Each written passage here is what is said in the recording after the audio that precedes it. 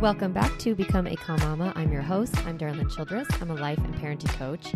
And I just had the best conversation with Jessica Tomich Sorci. She's a licensed marriage and family therapist and also a specialist in internal family systems, IFS, which we've talked a lot about on this podcast. And we'll link all those past episodes into the show notes. But she wrote a book called When Good Moms Feel Bad. And I love the title alone because I know that anyone listening to this podcast is a great mom. And I know that you often feel bad, that you're not doing a great job at being a parent or being a mom, especially if you listen to this podcast because you're trying to get calm, you're trying to get regulated, you're trying to show up in a healthy way as a parent, you're reparenting yourself, you're healing from trauma, you're healing from the way you were parented.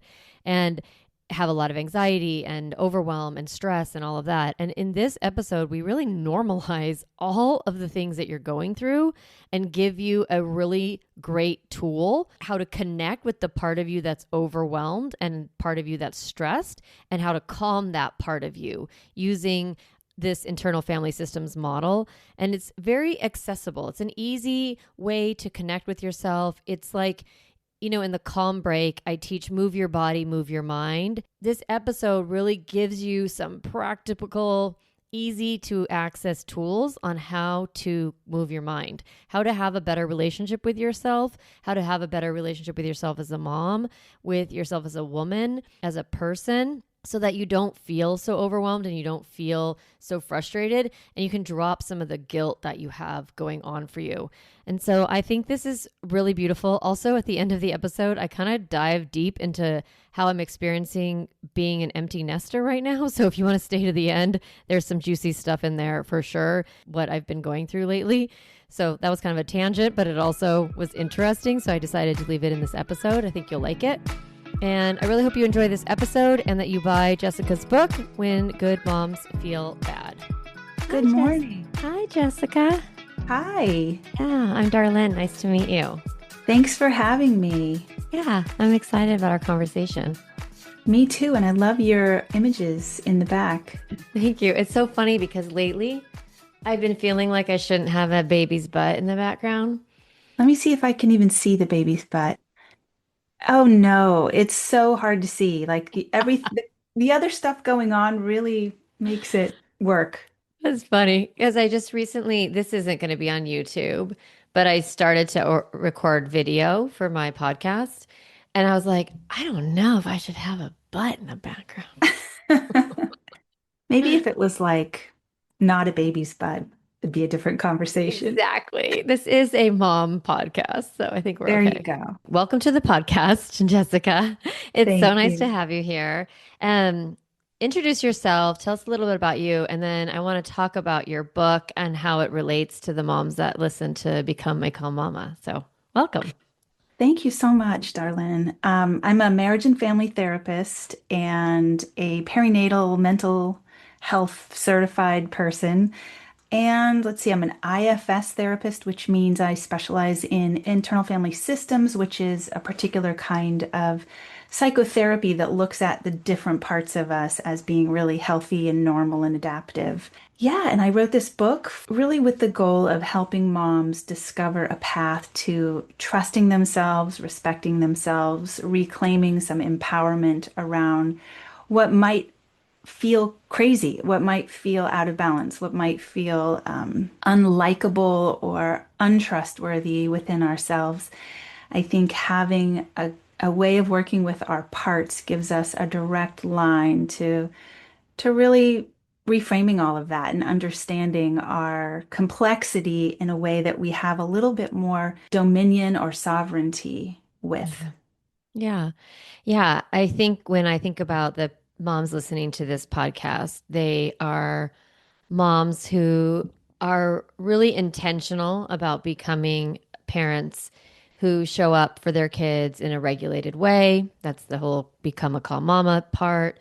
They want to heal their own backgrounds, their own traumas, or the way they were parented or social dynamics that they experienced. And then they show up with these high expectations of themselves, of how they're going to be as moms. And then the reality of raising actual humans Yes. You And know, being an hits. actual human ourselves. Yes, being a human, human to human, and an immature human, a person, a little person who can't quite regulate their nervous system. They're firing all the time in a way that it feels out of control for them. And then we feel like it's out of control and we get dysregulated and we react. And any tool that I can offer to the moms listening to help them understand that they're normal, right? And there's hope. And so I love the title of your book. It's called When Good Moms Feel Bad. And then you have a subtitle, but just the when good moms feel bad. I find guilt to be like so pervasive in mom world and just never feeling like we can measure up or do it well or do it right and then feeling bad about it. And so you have this book, An Empowering Guide to Transforming Guilt, Anxiety, and Anger into Compassion, Confidence, and Connectedness.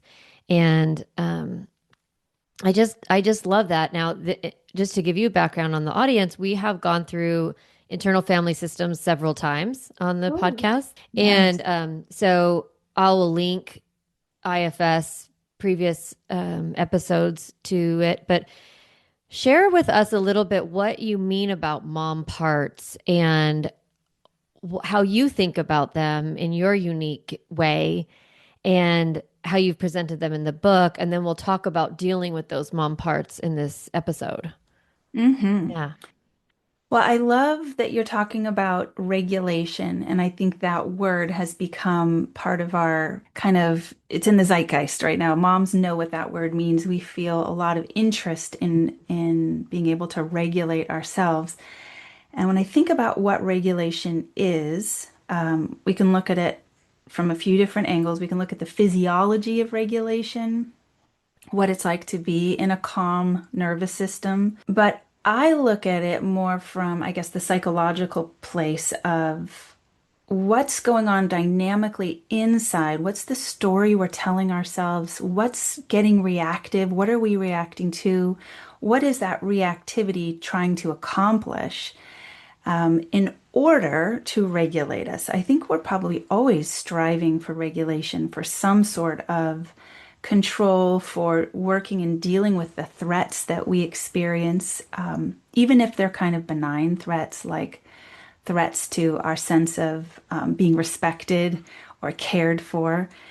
So I think when we look at our reactivity and what's bubbling up inside of us, Hmm.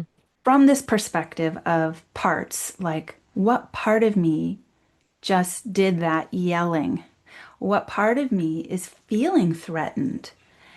When we can start to look at it that way, we can actually get curious and bring a different energy to that reactivity, to that difficult experience we're having. And IFS talks about that in terms of a U-turn, like a YO U-turn. I always picture the energy. It wants to go out, like to the kids, stop it. Can you just be quiet? Get your shoes on.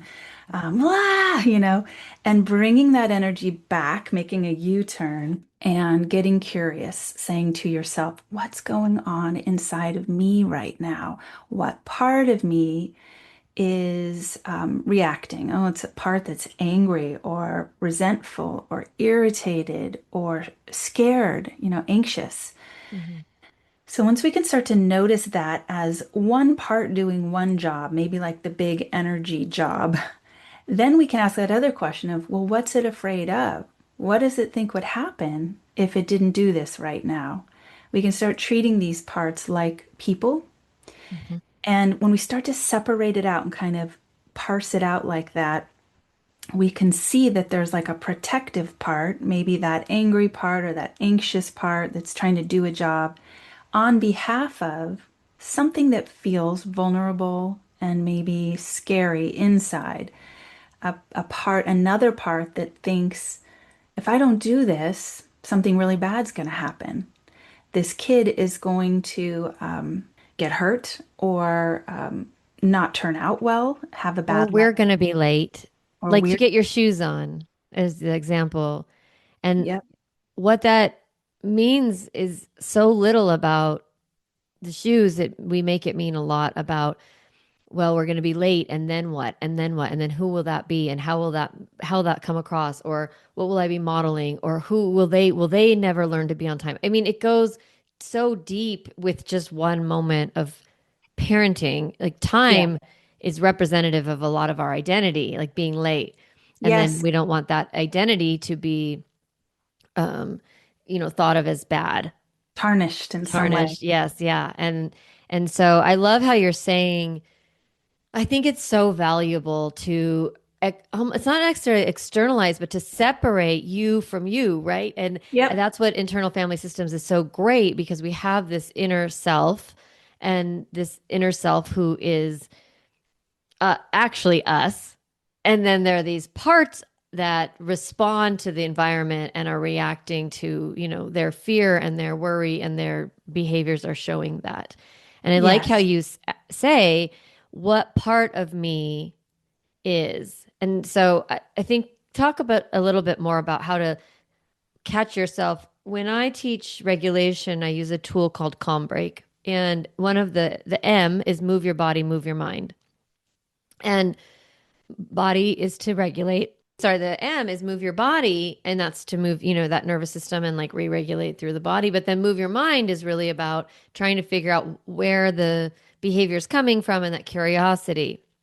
And so Yeah. I think using the language of what part of me did that is so powerful. So I noticed on your Yeah. website you have an assessment and you kind of Yes. help people find their four primary mom parts. That's And I right. wondered if you could share with us that I just took it as 10 questions. It's kind of funny to like answer those questions about yourself and then see Yes. what kind of mom part. So Yeah. tell us a little about those four primary mom parts. I'm trying to remember what those four are. The I had to do. controller, I'll tell you because Yep. I just looked it up. Yep. Controller, angry part, Yep. caretaker part, That's anxious it. part. Yes. Those are four very common parts that show up in mom. I did the assessment and I saw that I run from an anxious part. Yes. How And about so, I read that mhm, to you? I've got in my book, mhm, I've got a description of each of the parts that is meant to bring to moms this paradoxical idea that your part that's anxious, like most of us don't like that part. We feel like it's always revving us up. Our kids are sick of it. Our partner is like, really? Could you just relax? And we're always trying to make it go away. But the book is written to introduce us to the idea that that part's here really trying to help you and mhm. that there's something you can trust about it and a way to soften toward it and bring some curiosity. Would it be okay if I read you a little blurb about it? Yeah, please. I want to know about my anxious part. Yes. Your anxious part is designed to keep you and your dependents alive and well. It functions like a filter, identifying and avoiding potential threats to your loved ones, and there are so many of them when it comes to babies and children. Your anxious part keeps your eyes scanning and your ears tuned for any sign of trouble, and it gets overloaded with motherhood's round the clock use.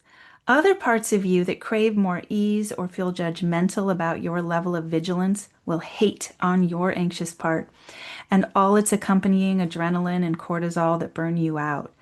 When the overwhelmed protective filter becomes clogged, it needs care and restoring, not rejection. Care that reaches the center of your nervous system and establishes safety. Anxious parts are often running on outdated or generationally inherited programming that hasn't been updated with information about your present day resources and capacities.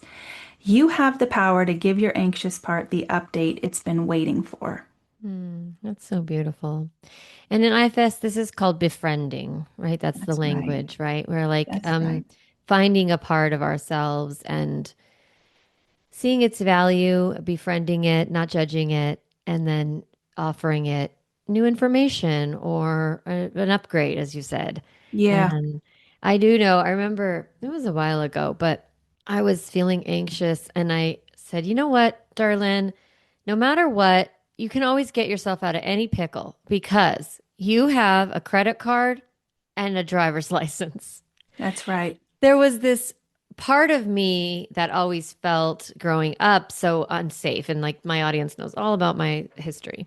But because I had a very high ACE score, 9 ACE score. So a Ooh, you lot beat of, me. Yeah, a lot of trauma. Yeah. And no adults really caregiving. And Mm. so that part was really important at a certain point to keep Yeah. me safe and move my life forward. And right, I'm so Critical. grateful. Right. Yes.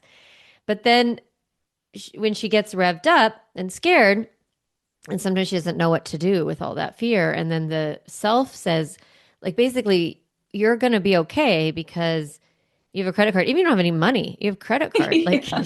Yeah. you don't, It's so funny. you You don't say this. even I need always to, talk about the credit card. yeah, Like I don't have it's to have actual cash. I just have to have right. access to some kind of credit. You've got a And then a phone, driver's license. Yeah. driver's license. That I can like get myself anywhere I need to go and get myself out of danger. And I love IFS in this way, even though I'd been doing all that internal work before I knew about internal family systems. But having the naming of that, like self energy and being able to tap into self energy. And Yeah, you kind of call it in the book like your inner mom. that's right. Yeah. And it's such a beautiful conversation that your part is having with something else. And Yeah. we don't really have great language for it. Some people think of it as God. Yep. Some people think of it as their divine self or Yeah. their inner self. And think it's really great for this conversation to talk about inner mom. Like Yeah. who's talking to who here in this? And Right. like when you're moving your mind, when you're asking these questions, who's asking? Who's answering? Like how do you define that? How do you describe that? I'd be curious. Yeah, you've touched on a lot of these concepts that IFS uses to describe that. When we notice a reaction inside, and we'll use like anxious because that's the one we're talking about. Oh my gosh, I'm so anxious right now. I'm so anxious because my kid is walking on a sidewalk ahead of me, close to traffic, but out of my reach, feeling it in my body. Hmm. Being able to, number one, notice that. Who's noticing it? Hmm. That's a good question. And then what if you get curious about it, meaning a genuine interest in what is that energy? Why is it here? What purpose is it trying to meet or accomplish or have? And then, like, why? What story does it have about my history and what happened to me as a child? When you bring that curiosity in, you and that noticing, you already have done some unblending, which Hmm. is sort of a complement to befriending. It's this way of getting enough distance from your reactivity, from that energy in your body that you have separated from it a tiny bit, maybe even more than a tiny bit. As soon as we do that, there's a degree of regulation that has already occurred in our bodies. Then the befriending is kind of a bigger aspect of that I think takes some time. Like when you're doing the walking on the street and your anxious parts here and your kid is 20 feet ahead of you, you probably can't do the befriending in that moment. You might be able to do some unblending and Hmm. notice my anxious parts here. So now there's a me separate from my anxious part.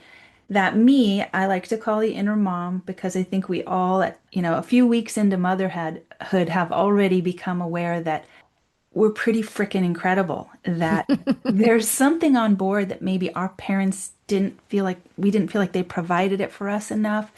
There's something in me that I've been needing all my life that's here for my kid or kids, but maybe it's also here for me. And I think that's a place where most moms don't go, that's pretty easy to turn to and start to harvest. And we just need a little like direction. So yeah, walking down the street, getting that anxious part up, getting curious about it. And some of the curiosity is like, what does it think's going to happen if I'm not anxious right now? I'm asking that from my inner mom. Sweetheart, what do you think's going to happen if this anxious part is not activated, if it's not running the show? And the anxious part will then say, your child's going to get hurt. It's going to run in the street. You're going to be left with no child, and it's going to be your fault. You're also going to Yeah. be a failure in some way. Okay, now I can validate that. That's so legit. Yeah. Like, It's a real fear. Hmm. it's a real fear. What Hmm. mom who's like connected to her kid and is responsible wouldn't care with some energy behind it. That Hmm. validation between inner mom and part is Hmm. another layer of regulation. Still Yeah. anxious. Yeah. It's being your own compassionate witness. It's being your own friend at that moment, Yes. listening, the mom that you wish you had, that you can kind of be for yourself. And I do agree it's tricky when you're in the moment to do that, but you do get better at it. It's faster, it's easier. You Yes. create a pathway of relationship where the anxious part shows up and it's like, and then someone goes, okay. And it's like almost an immediate soothing with the Yeah. more you're tapped into that self energy Yeah, or that's inner right. mom Inner energy. mom Yeah. energy. Yeah. Uh-huh. Uh-huh. The difference being that I think because we have so much maternal know-how, again, even Mhm. just a few weeks into motherhood, we already have a lot of maternal know-how. There's such a skill set there that we should take advantage of. Self energy in generic IFS is not about a skill set. It's kind of this field of calm, curiosity, connectedness, courage, creativity, all these C words that every single human has innately, and it gets kind of blocked when we're all in protective mode. And that's true for moms, obviously, but I think we can tap into it in more skill-driven ways, and it benefits us. And that's a little veer off from traditional IFS. Like use the skills you're using all the time with your kids for yourself. Yeah, because we are attuning, right? We're attempting to figure out what's going on. Why are they crying? What do they need? Do they like this shaking? Do they not? Do they like me when I sway? Oh, she's already been fed. You're telling other people she doesn't like that. Right? You have all of that intuition or Yes, just a fast-paced experience, like on the job training. You're really that's right. gaining a lot of skills and you're right. We can just turn those into tune those back into ourselves. Yeah, the Right. U-turn. Hmm. With Hmm. some care and some patience and offer it to ourselves. I mean, we get so little of it. We Yeah. get so little of it, especially if we had a rough childhood ourselves. It's like, what if we took that kind of delicious, interested, patient care of our own parts that are in pain? So the book Mhm. is really about ways I'm hoping to spark some inspiration and curiosity for moms to move closer to the parts of them that have been causing a lot of trouble. Yeah. Yeah.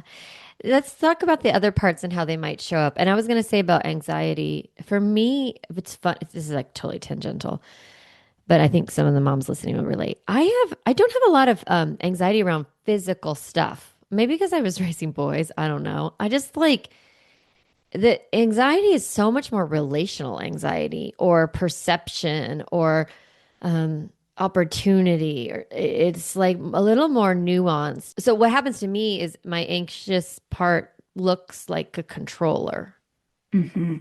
And so I wondered if you could talk a little bit about the controller because I think it's mama who is overwhelmed and reactive and yelling and stressed and frustrated, all of those things. Underneath that is with the intention of protection and Yes. love and it looks like anxiety, it looks like high control, it looks like anger, but it's not. So I don't know if you wanted to add some like some nuance around that or some tech contextualize those a Oh little my bit. gosh. Yeah. I mean, we have to first recognize that when a mom is responsible, becomes responsible for a helpless, nonverbal creature 24/7, who she doesn't know either. She doesn't know this baby. It's an immense responsibility, and moms feel that all the way down, all the way down. Like nervous system, psychology, everything is holding this immense responsibility. So our parts show up to help because it's a big effing job. It's Hmm. like Hmm. almost impossible. You know, you're having to regulate yourself and now a whole other nervous system. And if you have another child or two, you're And a partner. and maybe a partner who's hopefully regulating themselves. Yeah, right. But these little ones are on you. Yeah. And they really are on you. That's something that we've measured, that Hmm. babies replicate in some way from our nervous system. So we feel that responsibility.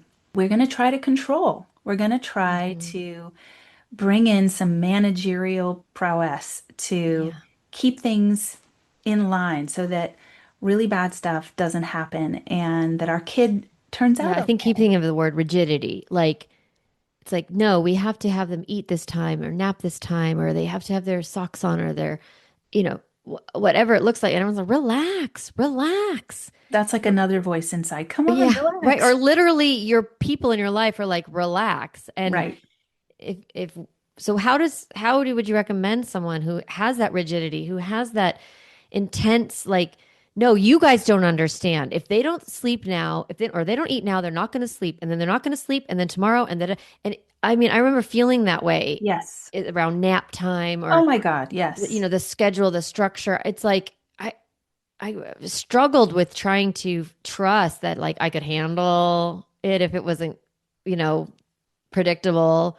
I also felt like I was to be a bad mom That's if right. I didn't like if my kid had a meltdown, that means I did something wrong, so I better not do that, do anything wrong. Yeah, I don't it's just oh my God, mom brain is so crazy. So crazy. I mean, two nervous systems, one of which has zero sophistication or skill or development, and then there's yours, which may have some, because you've presumably grown up, but you still got stuff you haven't figured out yet in terms of regulation. So you're doing two. And that Hmm. one that's completely dysregulated and completely not, solid yet it's a loose cannon. You know Hmm. that. This is Hmm. wisdom. So I think the first thing when we have big, anxious, controlling parts as moms is to really trust that those anxious, controlling parts have wisdom and there's something going on for those parts that really needs validation and curiosity. Hmm. Starting point.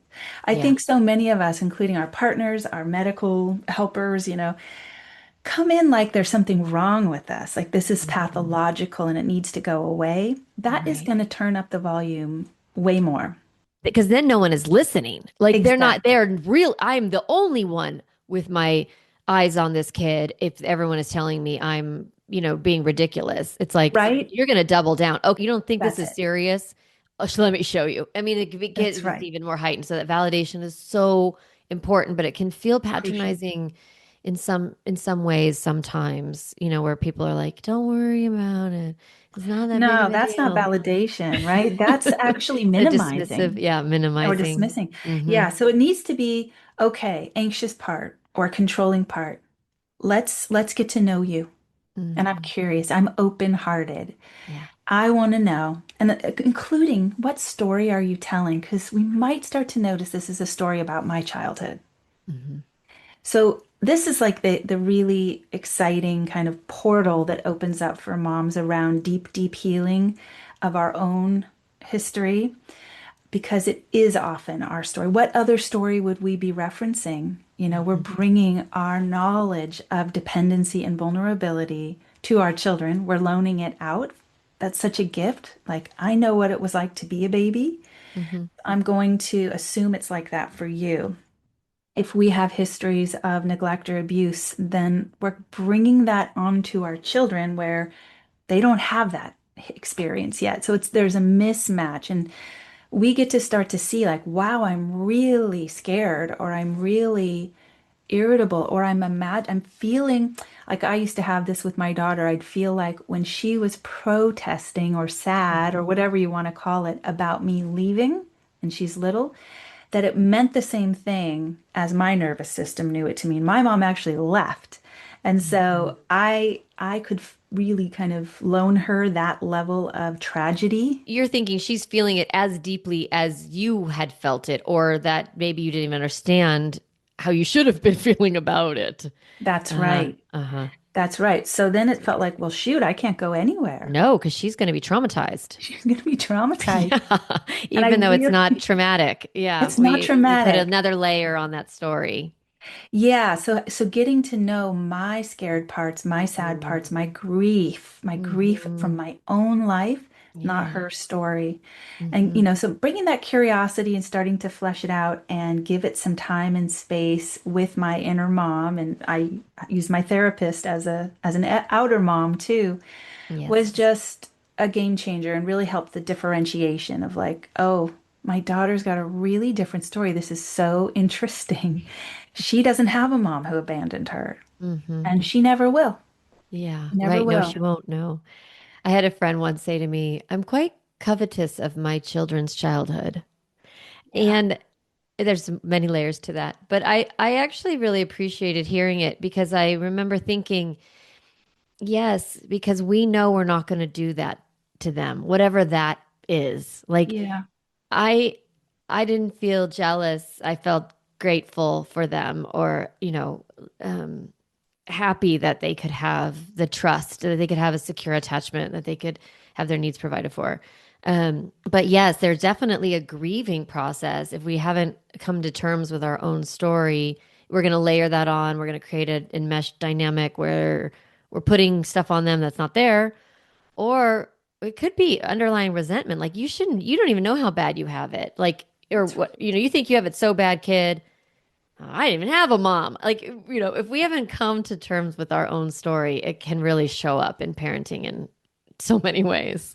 so many ways. And when I Yeah. hear that about the coveting and jealousy, I think that's just our own inner babies, inner child saying, Hmm. "Hey, I still haven't gotten my needs met." Yeah. And the reality is, once we're adults, the only person who can meet those needs is ourselves. Hmm. When there's grief, when we didn't hit the mark with our kids, which there's always going to be something, even when we've shown up in all the best ways we knew how, there's always going to be some way that our kids felt like they weren't really seen or supported the way, Oh, 100%. right? Because now with young adults, this is when you start to reconcile, like in your early Yes. 20s, of what your life was like.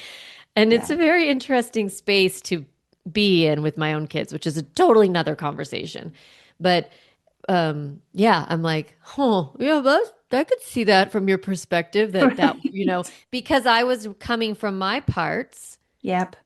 Even though I've done so much work, we still are going to show up in wounded spaces and in Yeah. wounded ways. And especially early parenting, is really in this anxious energy, this controlling energy, this angry energy. That's Um, right. and then that created effect on them. Yeah, but it couldn't really be any other way Nope. because you as a human being have a right to your own developmental trajectory. Like how were you not gonna bring in what you brought in? How were you not gonna continue to work with that material in motherhood? That's what you had. And I really want moms to start to accept that can't deliver perfection. We're not meant to. There's no requirement. Our kids are entitled to have their own wounds, their own story, and we got to let go of wanting a perfect grade, of this being about Hmm. a performance, a perfection show. We're really just working on our own wounds. And I think if we take that up with a lot of sincerity and some honesty, that's the very best thing we can give our kids. Show them Hmm. how we're encountering and contending with our unfinished business, the parts of us that are scared and that hurt and that don't know, that haven't been brought into the light. Show them how we're doing that because they're going to have their own. Anybody who incarnates onto earth has their own. This is a tough place, Hmm. spiritually. I think this Yes. is a tough place. And so we're not here to be perfect. It's never going to happen. We're here to develop better ways of loving on ourselves, bringing compassion to the pain that we all have, and starting to be more humane with ourselves and each other. Yeah. Oh, so good.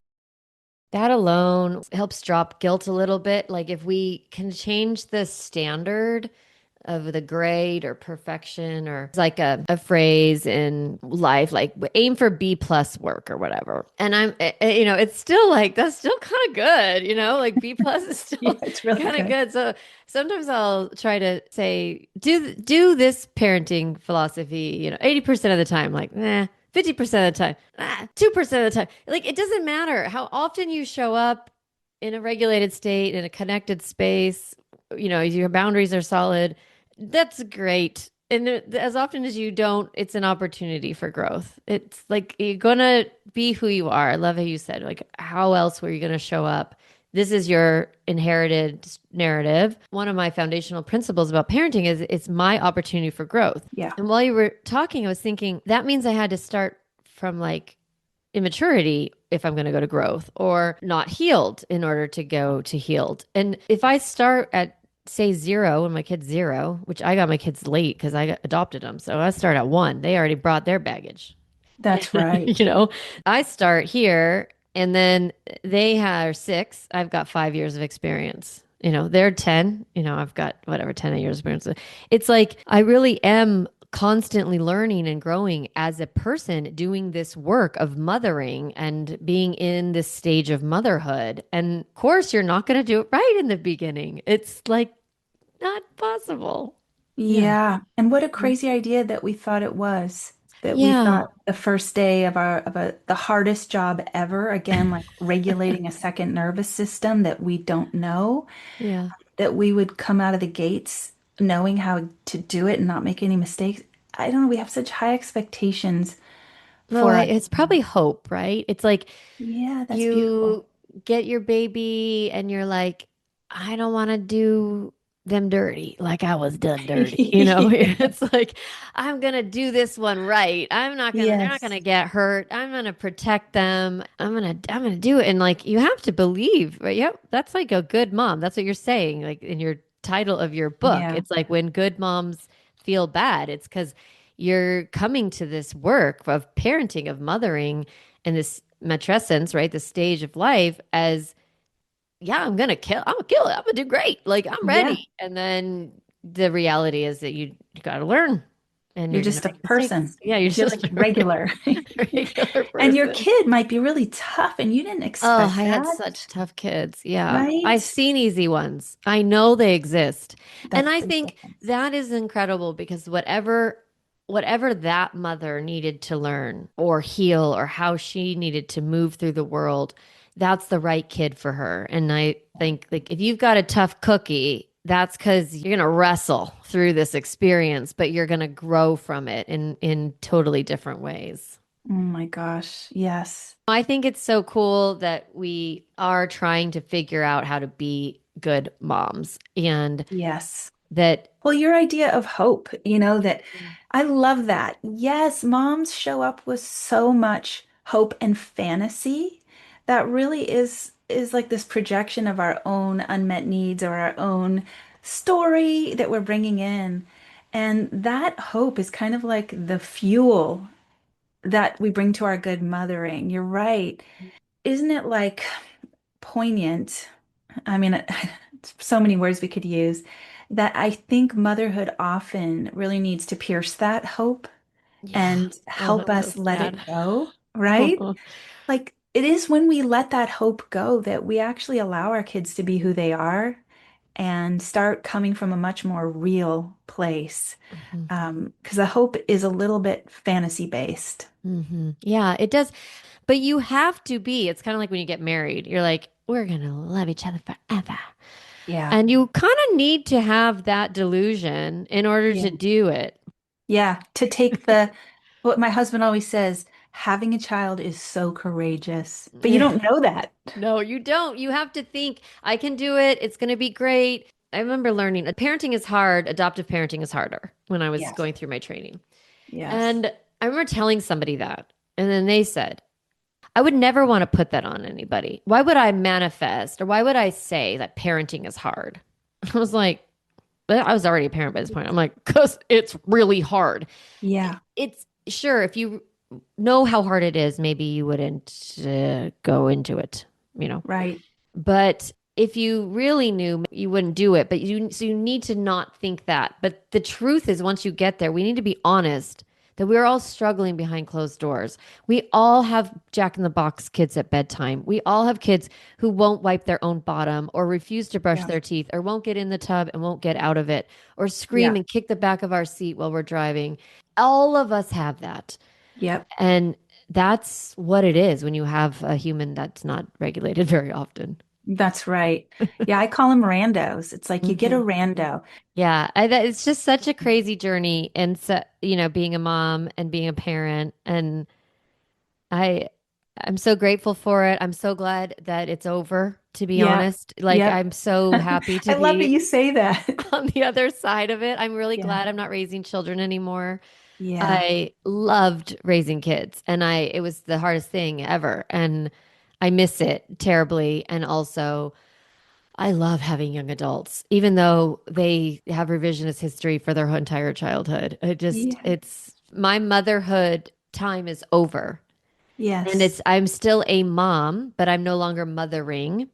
And I'm not in matrescence. I'm not in motherhood. I have passed that. Kind of like I was a young adult and now I'm not. I was a teenager and now I'm not. Like I was, raising kids and now I'm not.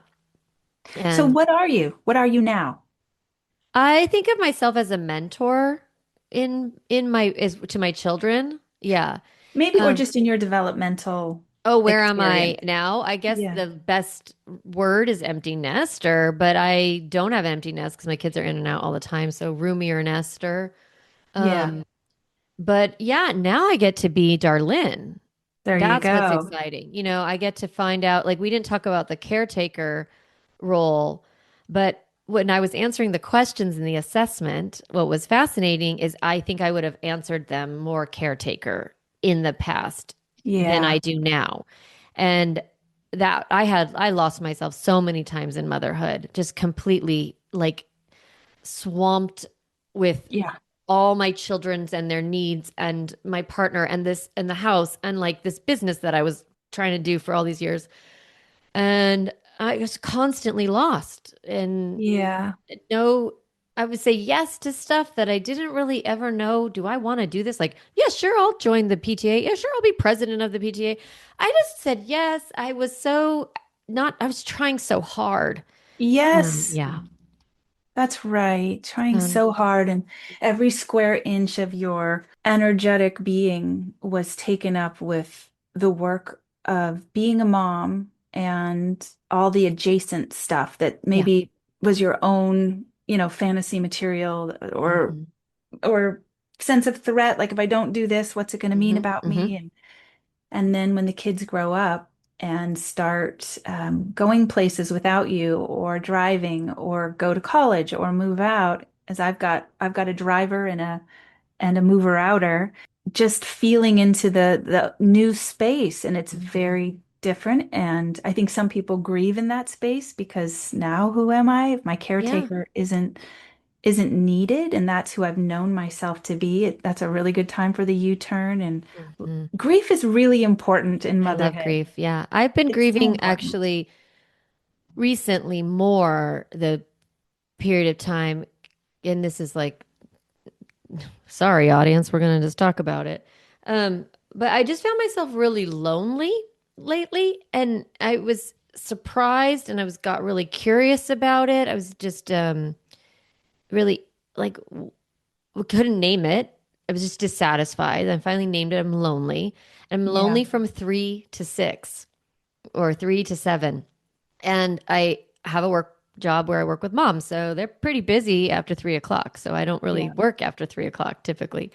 And I had children for 20 years. I Yeah. shifted into that mode from work into their world and driving around and figuring out snack and dinner and school. And I don't know all of it, trying to get to bedtime. Yeah. And now I don't have that. I just have to replace it with something new and interesting and blah, blah, blah. And that's what I've been trying to figure out. But just naming that, I was like, oh, this is a new level of grief that my role as a full time mom is over. Yeah, Yeah. that's right. Or I Hmm. think about, pushing pots to the back of the stove. Those pots are you. And now Hmm. you get to move them back to the front of the stove Yeah. and clean them up and fill them with things that interest you. Um, but I guess what I'm loving myself is getting interested in myself in those deep spaces that were really paused all through motherhood. And I Yeah. watch other moms getting to do that and discovering that they're very compelling to themselves again. And that is so, so thrilling to behold. Yeah, it's really encouraging to see that this is a period of our life that's very intense Yep. and beautiful. I've been thinking of it like motherhood is almost a chronic state of activated stress. Like Yes, you really, we kind of give ourselves a hard time for being dysregulated a lot, but really what's required to raise children does require sort of an activated nervous system. You do need to stay somewhat vigilant, and finding the right balance of that activated state is really hard. that's But right. because we do need to keep these kids alive and get them to thrive and all of those things. So Yeah. motherhood is stressful. And that means that we have to find a space to live within that stress that's not so activated, but it's not going to zero. And I've been watching myself over the last 2 years, now two kids out of high school, that I think it took me one full year to reset my nervous system. Yeah. It's like I want moms to not feel so bad about finding it stressful, as we've been saying, Yeah. and that your nervous system is going to be heightened while you're raising kids so that you can raise them. And Yes. we're trying to toggle within that so that it's not a runaway train where we're constantly stressed, overwhelmed, short wired, yelling at our children, snapping, feeling like crap. Like just can we get out of it enough but not expect ourselves to be zen. Hmm. And I think, really acknowledging like that's a lot for us to go through, both the symbiosis of being all in with someone. Yeah, We can come back to our own regulation as best we can, is just a huge ask of the motherhood arc. it is so much effort in it, It but is so we much. do it so that we get the phone calls at the end of at the end of the day. And because it heals us in the process, Oh, for sure. Yeah. right? And we Yeah. become more whole ourselves, more Yeah, it's worth it. differentiated. I'm so grateful to my children for all of their challenges and for everything that they have taught me, continue to teach me. I'm grateful It's the that, best, right? yeah, yeah, It's the that best I've training. We become didn't who I realize. am. Hmm. Yeah, I say the same thing. Having a child taught me how to trust myself. That's beautiful. Well, I'm so Yeah. glad you were on the podcast. Me too. It's I think great to everyone chat should with get your you. book because we all want to transform guilt, anxiety, and anger into Yes. compassion, confidence, and connectedness. Yes. And I think that confidence piece is going to be really helpful for anyone reading. It's like you can handle it, you You know, can trust your parts, trust. Yeah, that I they love have good that. intentions, Hmm. even Hmm. your resentment. Yeah. Well, thank you so much for being on the podcast. Thank you. I loved it. I loved chatting with you. Yeah, same. Hey, Mama, if you enjoyed this podcast episode, I want to encourage you to do two things. The first is go to my website, calmmamacoaching.com, and get a copy of the Stop Yelling cheat sheet. You'll get a step-by-step breakdown of the most important tool I teach, which is the pause break.